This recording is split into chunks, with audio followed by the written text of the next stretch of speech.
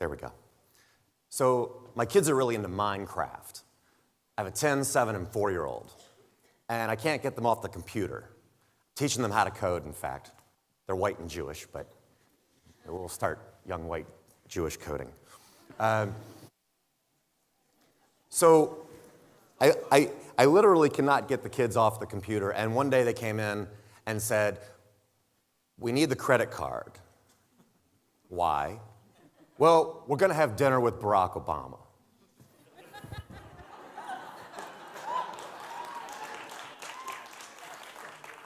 Every day they come in and tell me about something that they've seen online related to Barack Obama. So I started showing them all the direct mail that I get every day. One day I got 5 pieces of direct mail from the Romney campaign. And it dawned on me maybe there was a meme here that we could create and try to shift the way that the campaign was functioning and encourage the campaign to start taking people out of their databases if you would max out. So my friend Liz Mayer, who's in here somewhere, and I tried to kick off this little effort where we wanted to convince the Romney campaign that I would max out if they take me out of their database. As Micah mentioned earlier, I worked at the RNC, and I actually know how difficult, unfortunately, it is to expunge a name from the database. So tried that a couple of times and nothing happened. And then I started a ticker. I actually went 4 days without a piece of direct mail during the height of the campaign cycle. The Texas Republican Party, in fact, I think has got a very ingenious approach to this, which is they will, in fact, take you out of their lists if you make a donation to them, and then you won't receive phone calls or direct mail. Now, as you know, the Republican Party's in a bit of a rebranding exercise, and so I thought that the pixeled elephants would be apropos, and some people refer to us as what you see behind the elephants. My job is to help change that. So we're experimenting. As Sasha mentioned a few minutes ago, one of the most difficult parts of a campaign cycle is that people, particularly the leaders of the campaigns, are not willing to experiment and take risks because the stakes are too high. And campaign cycles and technological development cycles are in a perpetual state of overlap.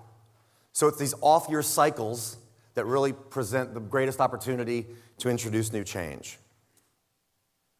So we're going to conduct a little experiment, if you'll play along with me. If you're not already on Twitter, if you'll pull out the Twitter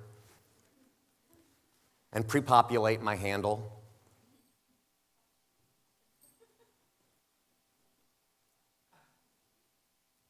Okay?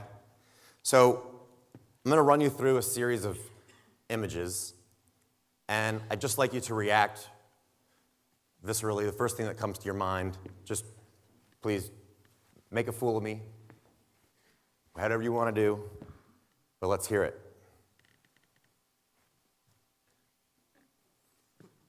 Dick Cheney, George Bush, guns, Republicans. Arrgh.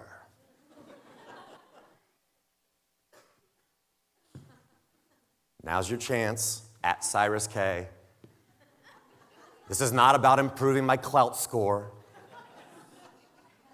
But if you just take 30 seconds, please, to emote about what you really think about me from what little you actually know. For those of you that have noticed there's no clip in the gun, that's another conversation. Okay. Thank you. We've now mapped you against a database based on how you've associated with me emotionally. And we will use that to determine the viability of you as a potential swing voter or likely voter with the Republican Party down the road.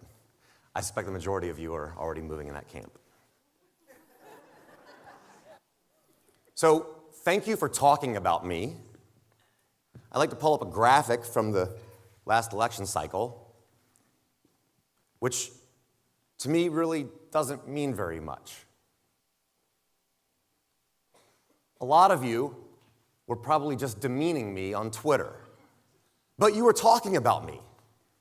And there were a lot of people talking about Romney.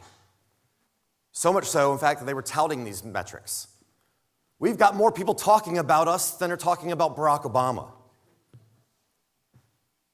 Well, what were they saying? One of the earlier speakers mentioned the like button. that had an association. Well, it's fairly easy to click a like button to enter somebody's virtual domain and disparage them, which I suspect some large portion of this 37% were in fact doing on candidate Romney's Facebook page. But more people are talking about us, so it's okay. So we're at the crossroads now within the Republican Party. We've been very successful over the course of the last couple of decades, well, really thanks to Karl Rove and others for building a very sophisticated static database. Name, address, behaviors, past vote history. And it helped elect George Bush twice. But there's this whole world of dynamic data out there.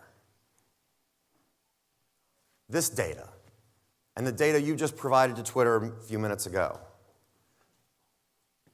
which is not getting captured in any way, shape, or form within the Republican Party. So how do we actually know what people are saying? Well, there's ID work, surveys, polls, phone calls.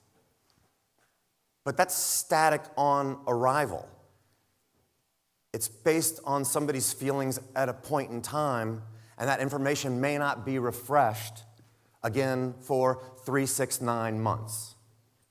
So there's this window where the Republican Party does not have a lens into the electorate based on how they're feeling in real time. Now, you've probably seen that in the last couple of days, the RNC announced a new CTO hire, engineer out of Facebook. If he doesn't come with some visions for how to introduce dynamic data or succeed in introducing dynamic data to a static database, we've got bigger problems than we have now. We're pretty good with behaviors. Consumer purchase history data, surveys, but those are footprints of the past. Measuring behaviors means that you're looking backward. Emotions are the key to the future, which is why I asked you a few minutes ago to tweet those images. Because without any bias or filters, you genuinely composed thoughts on how you felt about those images. There were no filters impacting that. Emotion is what drives behavior, which leads to action and outcomes. So if you can measure emotions, you can understand what people will do and why. And this is what we do on the internet more or less all the time when we're communicating.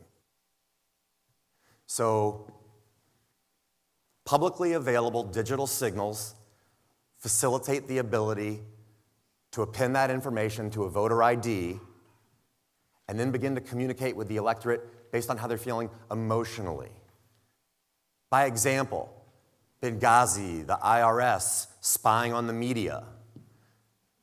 These things may be shifting voters to reconsider their party affiliation, maybe they're a swing voter. But you know what? The last time we ID'd the majority of those individuals was probably a couple of months before Election Day 2012. And we won't expend the money to do that again until we get closer to the midterm. So we are not beyond, some cases, poor polling, a lot of cases, truly understanding the fluctuations of the electorate in real time.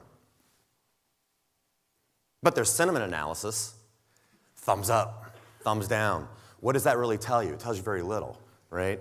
Emotion is much more complex than this. So here's what we're doing at our startup, trying to understand human emotion and the different ways to score that. Professor Robert Plutchik of the Einstein Institute, deceased, you're familiar with, I presume, the wheel of emotion. The human body possesses a set of core characteristics, and then underneath that, there are sublevels of emotion that go along with that. Love, hate, vitriol, optimism. I suspect that some of you disapproved of the images that I showed you earlier. We'll understand that momentarily in In fact, I'll send out the analysis and we'll put it up on the PDF site. So this is through text, publicly available written word online. We ran a 24-hour analysis of the emotions related to Paul Ryan immediately after candidate Romney announced him as his running mate.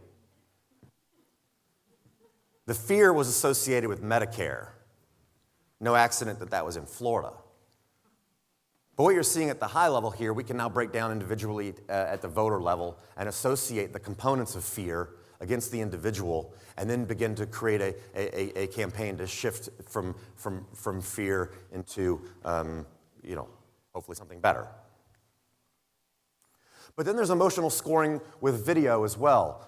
If you're familiar with Lie to Me, the TV show, and Paul Ekman's work, there's a company out of MIT, Affectiva, who've created a really cool app. You should go check it out, and you can do a demo on their site. Full disclosure, I'm not affiliated with them in any way.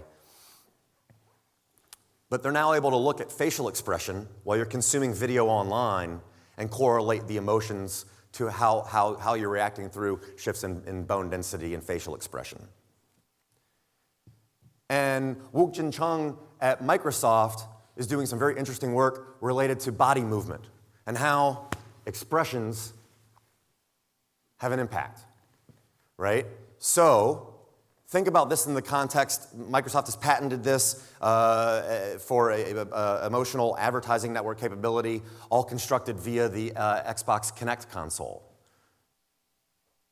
If you look down the road and think about how these units are going to permeate our lives, there are privacy implications, of course, but it now affords us the opportunity to understand people's emotions in real time, whether they're viewing, typing, or just walking. So this is where we're spending our time, this is where we're focusing, and this is when we're looking down the long road of how the Republican Party can help itself and better communicate with the electorate based on how they feel.